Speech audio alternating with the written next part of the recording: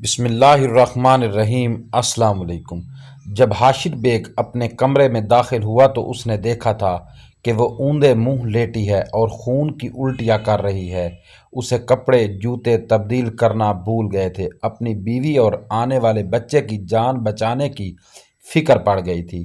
وہ انہی قدموں واپس دوڑا تھا اور محمد رفیق و فقہ کہتا ہوا اپنے ڈرائیور کو آوازیں دینے لگا، مگر بنائے گئے پروگرام کے مطابق اس کے ڈرائیور کو پہلے ہی کہیں بھیج دیا گیا تھا اور کال کرنے کے نام پر ڈرائیور کا موبائل لے کر حاشر کی والدہ نے اپنے پاس رکھ لیا تھا تاکہ اگر اسے کال کی بھی جائے تو اس کے پاس موبائل نہ ہو، وہ وقت پر نہ پہنچے اور حاشر کی بیوی یوں ہی تڑپتے تڑپتے اپنی جان دے دے، اس کی کوکھ میں موجود بچہ اس دنیا میں آنے سے پہلے ہی مر جائے۔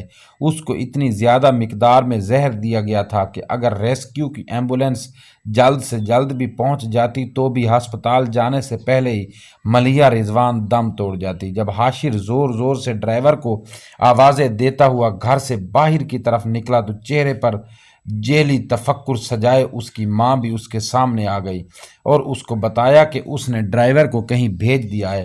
حاشر نے فوراً ڈرائیور کا نمبر ملایا مگر اس کا موبائل حاشر کی والدہ کے پاس تھا۔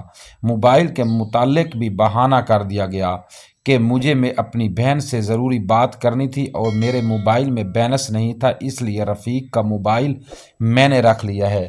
وہ اپنی بیٹی کا سر گود میں رکھے ہوئے پیار سے اس کے بالوں میں ہاتھ پھیر رہی تھی اور اسے پچکارتے ہوئے چھوٹے بچوں کی طرح سمجھا رہی تھی کہ بیٹا، شادی دو خاندانوں کے آپس میں جڑ جانے کا نام ہوتا ہے، لہٰذا شادی سے پہلے لڑکے اور لڑکی کی پوری فیملی کا مطمئن اور راضی ہونا انتہائی ضروری ہوتا ہے۔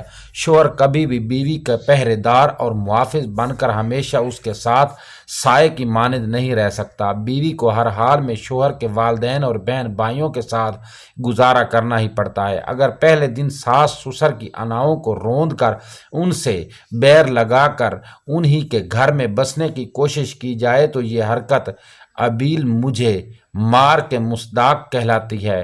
مجھے تمہاری پسند پر کوئی اعتراض نہیں ہے، لیکن میں چاہتی ہوں کہ لڑکے کے والدین ہنسی خوشی آ کر تمہارا ہاتھ مانگے، نہ کہ اپنے بیٹے کے ہاتھوں مجبور ہو کر وہ ہمارے در پر آئیں۔ میرے دل میں یہ خوف ہے کہ اگر ان کا بیٹا ان کو مجبور کر کے لے آئے تو وہ کبھی تمہارا گھر نہیں بسنے دیں گے۔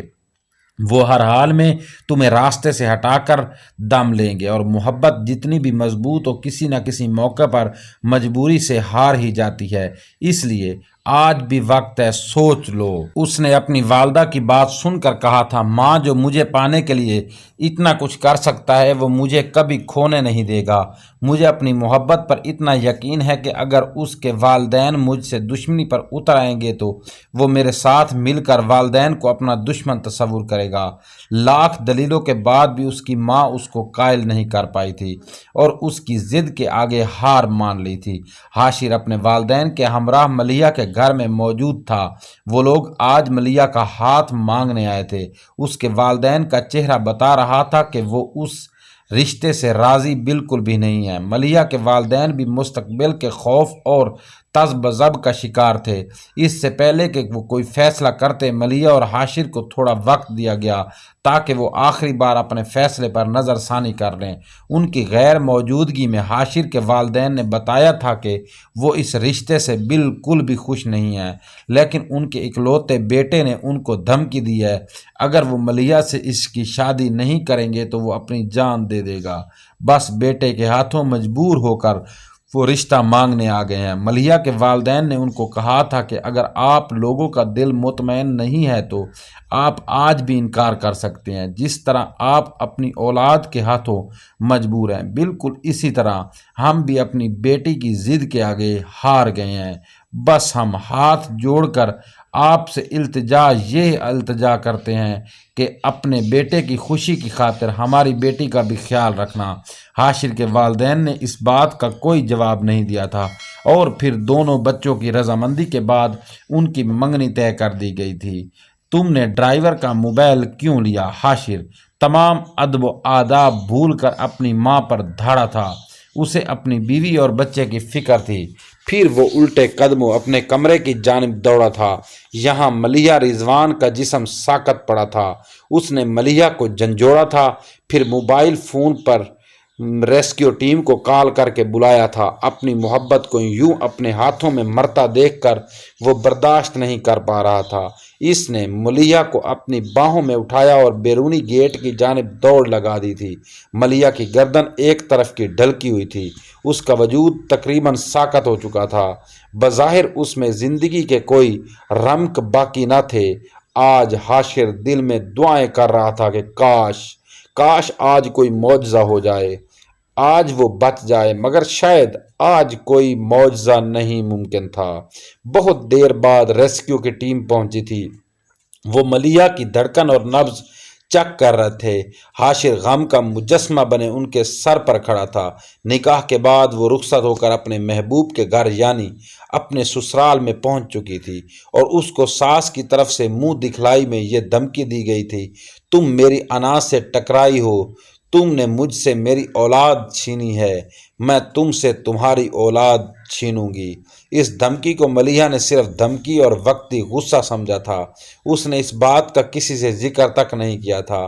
اس کے بعد اس کی ساس نے بھی کبھی اس سے کوئی تلخ بات نہیں کی تھی، اس لیے وہ اپنے سسرال کی طرف سے تھوڑی غیر محتاط ہو گئی تھی اور ان پر اعتبار کرنے لگی تھی۔ شادی کے بعد جلد ہی وہ امید سے ہو گئی تھی۔ بظاہر اس کے سسرال والوں کی طرف سے بہت خوشی کا اظہار کیا گیا تھا، مگر وہ نہیں جانتی تھی کہ خوش چہروں کے پیچھے کتنے مذموم مقاصد چھپے ہوتے ہیں۔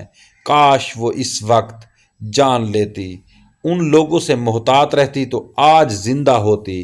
ملیحہ آج صبح سے طبیعت میں گھبراہٹ کی شکایت کر رہی تھی۔ اس کی ساس نے اسے قہوہ بنا کر دیا، پھر ابال کر ٹھنڈا کر کے دودھ پلایا اور پھر فروٹ کھانے کو دیا۔ اس کے منہ کا ذائقہ پہلے ہی خراب تھا۔ اس بات کا اس کی ساس نے فائدہ اٹھایا اور ان تینوں چیزوں میں زہر ملا کر اسے پلا دیا۔ اس زہر نے جلد ہی اپنا اثر دکھانا شروع کر دیا اور ملیحہ نے اپنے محبوب کی باہوں میں تڑپ تڑپ کر جان دے دی۔ اس کی ساس نے اپنا وعدہ وفا کر دکھایا، ملیحہ سے اس کی اولاد اور اپنی اولاد دونوں چھین لی۔ حاشر چاہ کر بھی اپنے آنسوؤں پر کنٹرول نہیں کر پایا تھا۔ ریسکیو ٹیم کے سامنے سسکیاں لے لے کر رونے لگ پڑا تھا۔ ریسکیو ٹیم نے موقع پر ہی ملیحہ کی موت کی تصدیق کر دی تھی، لیکن پھر بھی اس کو اٹھا کر ہسپتال لے گئے تھے کہ شاید خدا کرے ان کی بات غلط ثابت ہو جائے، مگر ملیحہ کے نصیب میں اتنی سانسیں لکھی تھی جتنی وہ لے چکی تھی۔ ڈاکٹرز نے بھی ریسکیو ٹیم کی تائید کر دی تھی اور موت کی وجہ بتاتے ہوئے کہا تھا کہ اس کو اتنی مقدار میں زہر دیا گیا ہے کہ اگر 10 بھینسوں کو بھی کھلایا جاتا ہے تو وہ موقع پر مر جاتی۔